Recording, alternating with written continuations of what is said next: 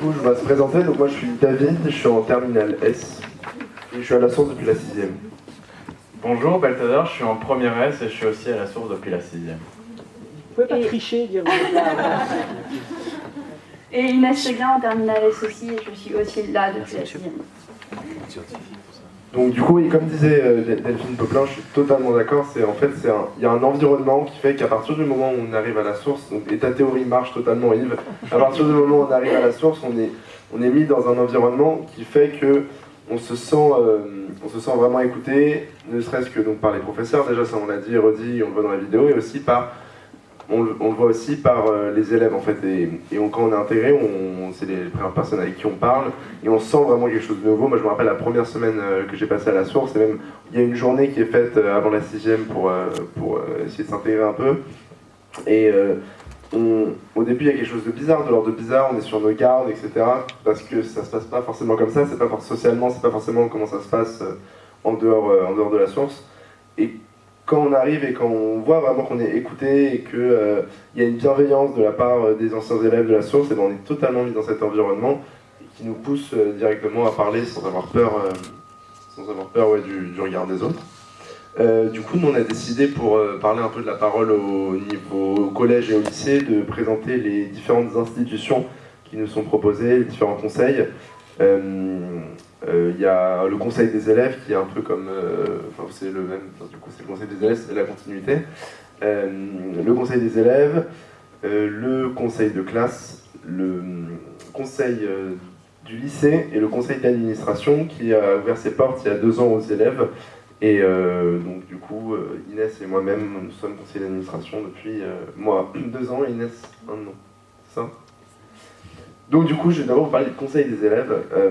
Donc l'idée, c'est que ça commence au collège. 10 minutes, je crois, il me semble, au collège, et c'est une demi-heure au lycée. Et on est donc avec nos professeurs tuteurs, et on aborde, donc déjà il y a toutes les questions qui sont, on va dire, un peu administratives, de l'ordre de faire signer les papiers, etc. Et ça, de toute manière, dans toutes les écoles, il y a ce temps-là pour s'occuper, ne serait-ce par exemple qu'en terminale, pour les papiers du bac, etc. Mais on apporte quelque chose, je trouve qu'à la source, il y a vraiment quelque chose de plus, c'est que c'est un vrai temps de médiation qui permet à tout le monde de prendre la parole et de se faire écouter par ses camarades comme par son professeur. Il y a vraiment aussi l'idée de régler les problèmes, et moi je prends là aujourd'hui en terminale, on a Delphine avec Inès comme professeur principal. Voilà. Et c'est un exemple de professeur tuteur où on se sent vraiment écouté, où on voit que quand on dit quelque chose, c'est pris en compte, et c'est pris en compte par l'ensemble des enseignants et voilà, l'ensemble des élèves. Donc c'est déjà un premier conseil. Quand on est au collège, ça permet aussi de régler les soucis entre élèves, les soucis avec les professeurs, et ça permet aussi de monter des projets, etc. Et c'est un premier moment où on peut parler en ayant un regard bienveillant, donc ouais, des élèves comme des profs. Du coup, je laisse la parole à Inès. Juste pour rajouter sur le conseil des élèves aussi, c'est un temps où justement tout le monde peut apprendre vraiment à se connaître dans la classe, parce qu'on a une spécificité à la source qui est géniale, c'est d'avoir des petits effectifs, surtout au collège, donc 25 élèves pour la plupart. C'est quand même incroyable comparé à certaines écoles où ils sont déjà plus de 30. Et justement pour des élèves qui, comme nous, sont arrivés depuis la 6e, où même si on a été dans des écoles primaires qui avaient un peu le même état d'esprit de la source, il y a vraiment une spécificité à la source où justement il y a eu des conseils des élèves depuis très longtemps, où tout le monde se connaît, et il y a toujours un peu cet esprit de famille, on va dire, à la source, où tout le monde est plutôt bienveillant, et quand on arrive d'un autre établissement, on est un peu choqué au début, et justement ces conseils des élèves toutes les semaines, ça va permettre à tous les élèves de parler, même les plus timides. Au bout d'un moment, ils vont sentir que la parole est vraiment bienveillante, personne ne va juger la parole d'un élève, et ça permet vraiment de développer justement cette prise de parole à tous les niveaux. Donc je vais vous parler aussi du conseil de classe. Donc comme dans toutes les écoles, les élèves peuvent participer au conseil de classe. Ça commence dès la 6e avec les délégués de classe qui peuvent représenter la parole de l'ensemble de la classe. Donc de la 6e au lycée, on participe qu'au pré-conseil, c'est-à-dire une réunion avec seulement les parents, tuteurs de la classe et le professeur principal. Et du coup, même si on participe pas vraiment au conseil de classe, on voit pas encore ce que les professeurs disent, on va dire, pendant ce conseil. C'est déjà un premier temps où on va être confronté à l'adulte, confronté aux parents, confronté aux professeurs, et on va porter vraiment la parole de toute la classe qui est derrière nous. Et je pense que c'est un premier temps où justement on va pouvoir encore développer tout ceci. Donc nous, maintenant, comme j'ai dit, on est en terminale. On a été délégués pour la plupart des classes, donc c'est un peu un exercice auquel on est habitué. Et justement, ça nous permet de connaître vraiment bien les élèves. Et on sent que petit à petit, les élèves nous font confiance. Et justement, on a toujours cette pensée que l'élève va pouvoir venir nous voir si jamais il y a un problème, si jamais il y a quelque chose qui va vouloir faire savoir au conseil de classe. Et je pense que ça aussi, ça permet d'avoir confiance au conseil de classe pour parler sur le cas d'un élève. Et on a toujours les professeurs qui vont nous écouter. Et ça, je pense que c'est vraiment une spécificité de l'asso, c'est que notre parole ne va jamais être jugée par les professeurs.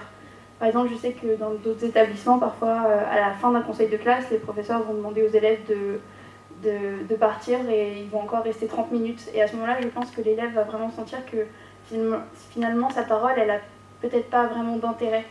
Alors qu'à la source, on est toujours présent. Et les professeurs vont même venir nous chercher si jamais on ne parle pas sur le cas d'un élève. Et je sais qu'à presque tous les conseils, si jamais il y avait une appréciation qui était un peu débattue pendant un conseil de classe, j'ai vraiment été étonnée. Ils vont vraiment aller chercher les élèves, les délégués, et leur demander comment ça se passe avec cet élève, comment vous le trouvez en classe, si jamais, même s'ils l'ont trouvé un peu absent, est-ce qu'il se passe des choses, est-ce que vous savez comment vous le trouvez quand il échange avec les autres élèves, et c'est vraiment quelque chose qui est important.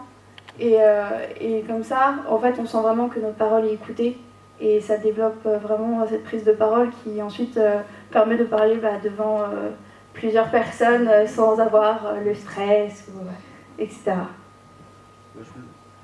Juste pour ajouter par rapport au conseil de classe, donc on parle des professeurs, on a parlé des élèves, et il y a aussi, donc du coup, comme a dit Inès, on est pas mal en interaction avec les parents. Et clairement, c'est aussi, je pense, pour les parents, je ne sais pas s'il y a des parents ici qui ont déjà fait des pré-conseils, des conseils de classe, j'imagine. Et je pense aussi que vous devez voir, peut-être vous habituer à voir ces élèves et aussi à entendre la parole des élèves et à aussi intégrer cette bienveillance en voyant aussi la bienveillance des professeurs qu'il y a. Et ça fait aussi du bien en fait de se sentir écouté aussi par les parents. Donc je vous le dis, il y a beaucoup de paroles. Voilà. Du coup, maintenant, on va passer au conseil du lycée. Donc, pour ceux qui ne le connaissent pas vraiment, c'est une institution qu'on a du coup au niveau 3, qui ressemble un peu à d'ailleurs les conseils qu'on avait vus dans le film au niveau 1. On a des représentants, donc les délégués de chaque classe, qui vont venir en fait. Donc, on a la 3e, la 2e, la 1re et la terminale, ainsi que le directeur d'établissement, donc là du niveau 3, Tatiana, et des représentants des professeurs. Et c'est vraiment un temps où justement en fait là on va pouvoir développer la parole avec tous les niveaux. Parce que même si à la source on est vraiment, donc, comme je l'ai déjà dit, en petits effectifs et qu'on connaît la plupart des gens, même dans différents niveaux, que ce soit les premières, les terminales, les secondes, souvent on a l'occasion d'interagir ensemble. Là, c'est vraiment un endroit où on va pouvoir en fait tous parler de la vie collective qu'on a donc au niveau 3 au lycée qui est même séparé du niveau 2. Et c'est là où on va vraiment pouvoir en fait parler aux autres élèves des différents niveaux sur un pied d'égalité, on va dire. Parfois, on a l'impression que certaines classes, peut-être, ont l'air un peu au-dessus des autres. Et justement, là, c'est quelque part où tous les élèves vont être écoutés, qu'ils soient en terminale ou en 3e. La parole d'un élève va avoir exactement la même importance que l'autre.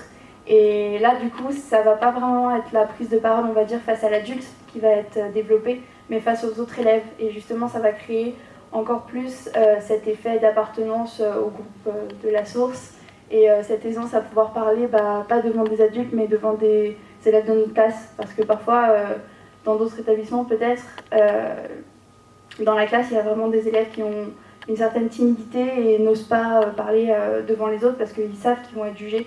Alors que justement, toutes ces institutions, notamment le conseil du lycée, ça nous permet d'avoir cette aisance à l'oral devant des élèves de notre classe et même à l'extérieur devant des élèves qui ont notre âge. Après, c'est vrai que la limite donc, du conseil de classe et du conseil du lycée, c'est que c'est des gens qui ont des mandats qui ont siégé, ce qui fait que ça ne va pas forcément libérer la parole des gens qui sont les plus timides.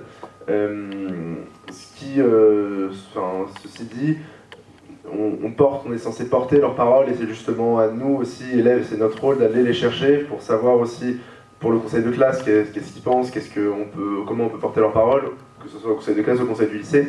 Donc il y a aussi un devoir c'est pas que les professeurs qui ont aussi ce rôle d'aller chercher l'élève, mais c'est aussi à nous, les élèves qui ont plus d'aisance, qui sont moins timides, d'aller chercher ceux qui sont plus timides.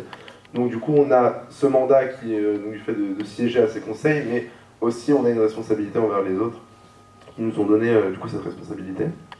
Et du coup, donc le conseil d'administration. Pour parler du conseil d'administration, ça fait donc moi ça fait 2 ans que j'y suis. Donc ça c'est un conseil qui se réunit tous les 2 mois pour tabler sur les questions administratives de l'école. Il y a des représentants de tous les groupes et institutions de l'école. Moi, ça a été vraiment une découverte incroyable. Par exemple, pour vous dire, j'ai créé une association avec Inès, avec tous les gens qui sont partis au Népal pour le Népal.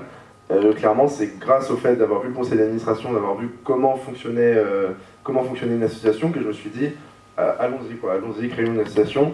Et en plus, donc pour ça, on a été aussi aidé par la source, par le conseil d'administration, parce qu'on a eu cette confiance et parce qu'on a vu que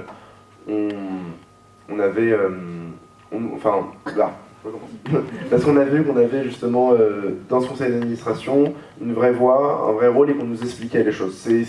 On tape sur des questions qui sont pas forcément très faciles quand on est en première ou terminale, c'est des choses auxquelles on n'a pas été confronté, des budgets, des votes de rénovation, ce genre de choses. Et en fait, ce qui est bien, c'est que tout le temps, on va nous expliquer pour après avoir notre avis. Ça prouve vraiment que notre avis, c'est pas juste histoire d'avoir dit qu'on a l'avis d'un élève. Si on nous explique les choses pour qu'on comprenne, pour qu'on puisse analyser les choses.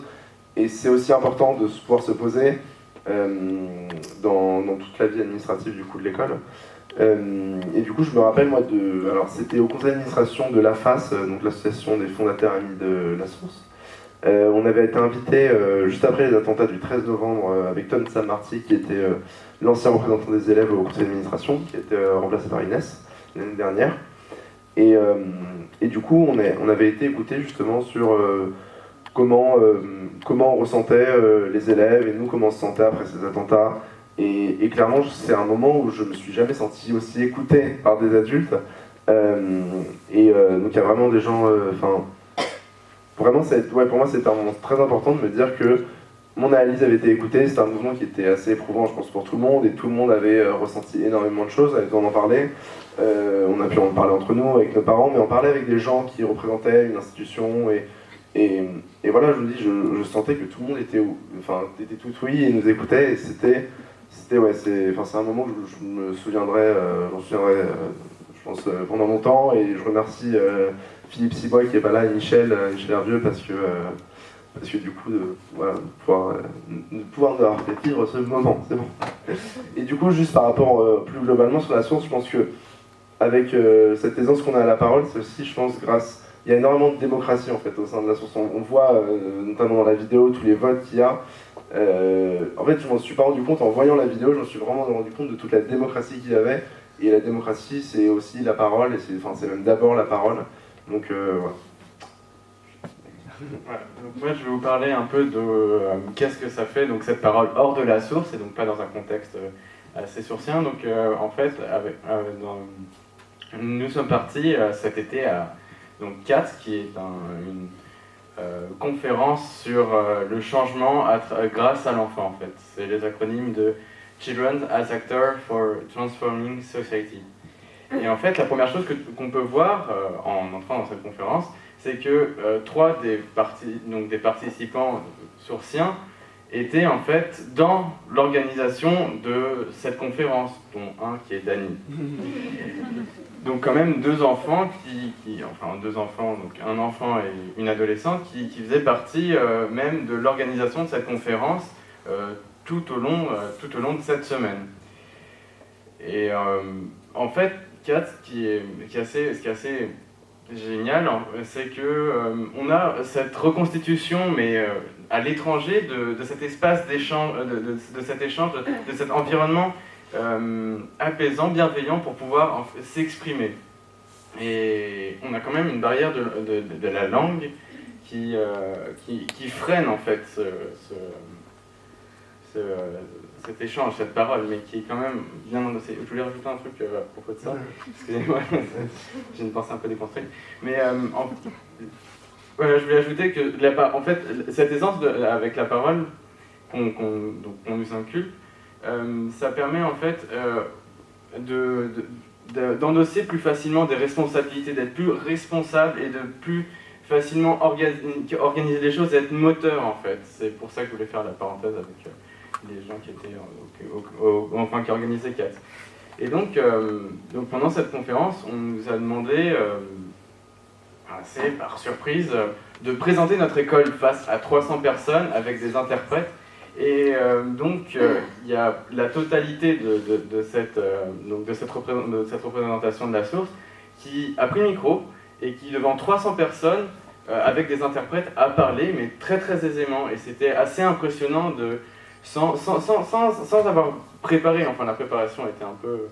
Mais ils avaient quand même cette aisance à l'oral de pouvoir s'exprimer, qui était assez flagrant, enfin assez impressionnante, je trouve.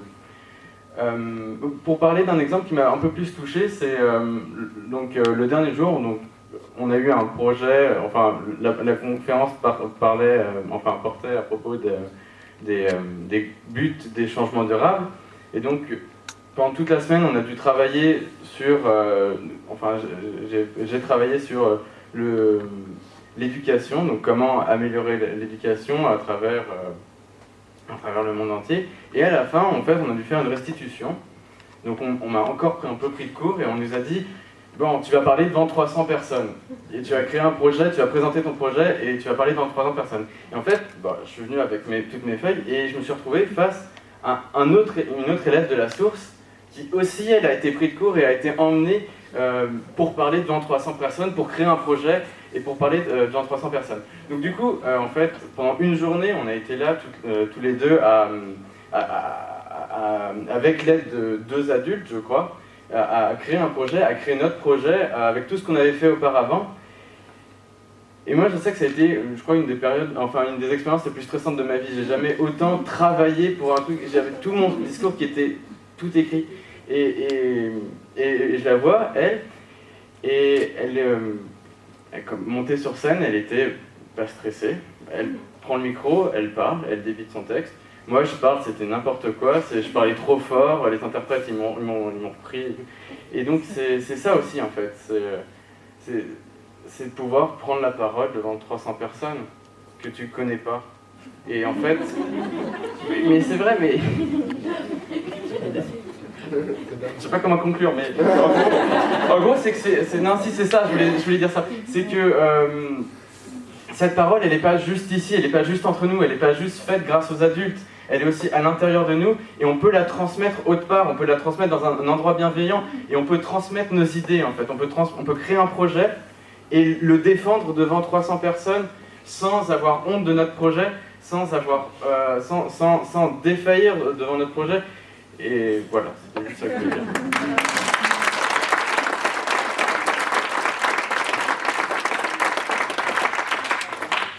Justement, pour rebondir un peu sur ce qu'a dit Balthazar, une institution qu'on a un peu laissée de côté, mais qu'on n'aurait pas dû, c'est Amnesty International, a une antenne jeune à la source, au lycée, auquel les élèves de seconde, première, terminale peuvent assister. Et en fait, justement, la particularité de l'antenne jeune, c'est qu'elle est gérée que par des élèves. Du coup, on a les terminales qui, cette année, donc on a 3 terminales, 3 filles qui gèrent justement l'antenne jeune Amnesty. Et ça se passe très bien. On n'est que des élèves dans une salle, le mercredi midi, on se regroupe à peu près 45 minutes. Il n'y a pas d'adultes et pourtant, on arrive à faire rouler en fait une mini-association. On arrive à trouver des idées, créer des projets, mener des maraudes, justement. Donc ça, c'est le projet depuis plusieurs années. En fait, on arrive à se faire des petits groupes, acheter l'équipement possible et ensuite aller dans Paris voir des sans-abri pour les aider, tout simplement. Et justement, on voit bien que même si c'est les terminales, du coup, qui gèrent un peu l'antenne jeune, parce qu'on est peut-être un peu plus âgé et il faut bien que quelqu'un gère un peu tout ça, ça se passe très bien entre les 3 classes et c'est là où on voit justement l'aisance qui a été développée par tous les élèves au fil des années. Et le rôle de la source, c'est que même donc arrivé au lycée, on n'a plus besoin vraiment de professeurs parce qu'on est assez apte et assez mature justement à créer cette antenne jeune et la faire tourner tout seul et pour que ça se passe très bien. Et au-delà de ça, en fait, on n'a même pas besoin d'instances pour créer des projets, notamment avec la Disco Soup qui a été créée.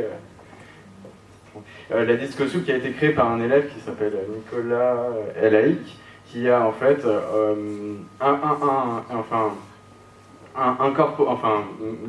créé une Disco Soup. Et vraiment, quand on va à l'extérieur, c'est souvent ce que les gens retiennent, c'est la Disco Soup de la source, et c'est vraiment un emblème. Donc du coup, il n'a pas pu se venir ce soir, mais je crois qu'il a une petite dédicace à faire. Une petite dédicace, il a une case dédiée. Non, oui, il a écrit un témoignage du coup pour voir après la source, comment la source apporte après dans le supérieur, comment ça lui a apporté. Du coup, il a écrit un témoignage que Tatiana va nous lire. Maintenant, Tatiana. Je t'invite au micro. Impressionné. Je vais avoir du mal après vous. Merci. La barre est très haute. Hein. Alors en effet, Nicolas ne peut pas être là, donc je vais vous lire son message. Donc c'est Nicolas Elaïc Wagner. Témoignage d'un ancien élève sur la prise de parole. Nicolas Elaïc Wagner, 19 ans, scolarisé de 2007 à 2016, CM1 à Terminale. Aujourd'hui, à l'université, je n'éprouve plus de difficultés majeures à prendre la parole.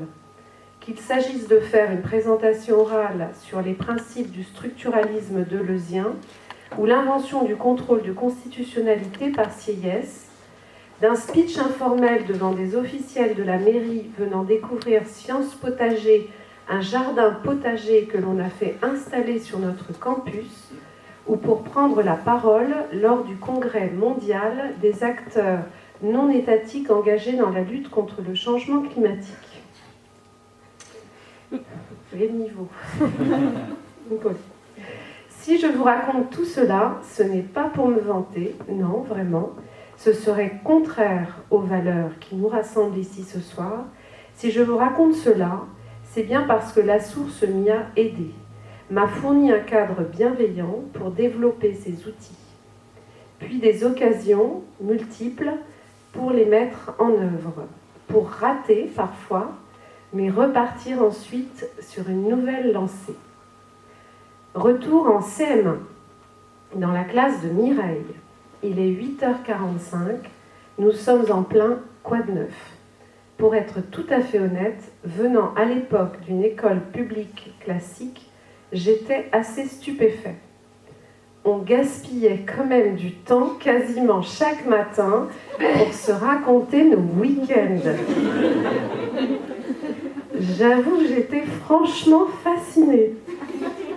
Et l'élève relativement timide que j'étais, tout du moins peu enclin à parler publiquement du fait qu'il avait fait des crêpes ou du vélo la veille, la bouclait. Aujourd'hui, ces temps d'échange quotidiens prennent un tout autre relief pour moi. Je me rends compte de leur importance, de la facilité à prendre la parole de façon brève mais structurée qu'ils développent, du sentiment de communauté bienveillante, de safe space qu'ils créent. Basculement en classe de 6e, dans un des conseils des élèves hebdomadaires. Ah, le manque de rab à la cantine, les toilettes perpétuellement sales, malgré les efforts du personnel d'entretien, ce prof qui nous a mis un contrôle de maths le même jour que le contrôle d'histoire géo. Problème que l'on peut facilement trouver risible. Malgré tout, en y repensant aujourd'hui, je ne peux que me rendre compte de la nécessité de ces temps d'échange, de leur fonction thérapeutique, tout particulièrement, amenant chacun à extérioriser, parfois peut-être à outrance, ses petits tracas, sa prise de chou avec un enseignant ou ses problèmes personnels. Direction désormais Nantes. Avec l'équipe de l'Agenda 21, septembre 2013, se tient à ce moment-là le sommet mondial de la ville durable qui réunit tous les acteurs engagés dans la transition vers un développement durable. Par un heureux hasard, la douzaine de lycéens que nous sommes, engagés à l'Agenda 21 avec Armelle Delorme et Laetitia Calvo, s'est retrouvée propulsée délégation de lycéens lors de ce congrès. Et me voici amenée à intervenir aux côtés d'Yverbel lors d'une table ronde intitulée « Former les prochaines générations d'acteurs de la ville durable ». À 15 ans, devant une petite assemblée d'acteurs de la société civile de tous horizons, je dois vous le dire, ça fait drôle.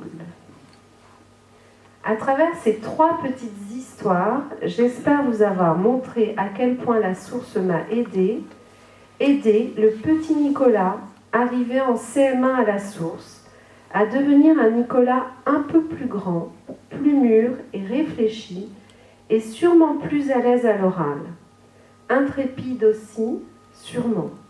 Prêt à jouer son oral d'admission à Sciences Po sur sa capacité à convaincre le jury que la disco-soupe est un formidable vecteur de lien social, et c'est bien cette aisance, cette audace et in fine l'affirmation de votre personnalité qu'il vous faut, vous, sourciers, continuer à cultiver.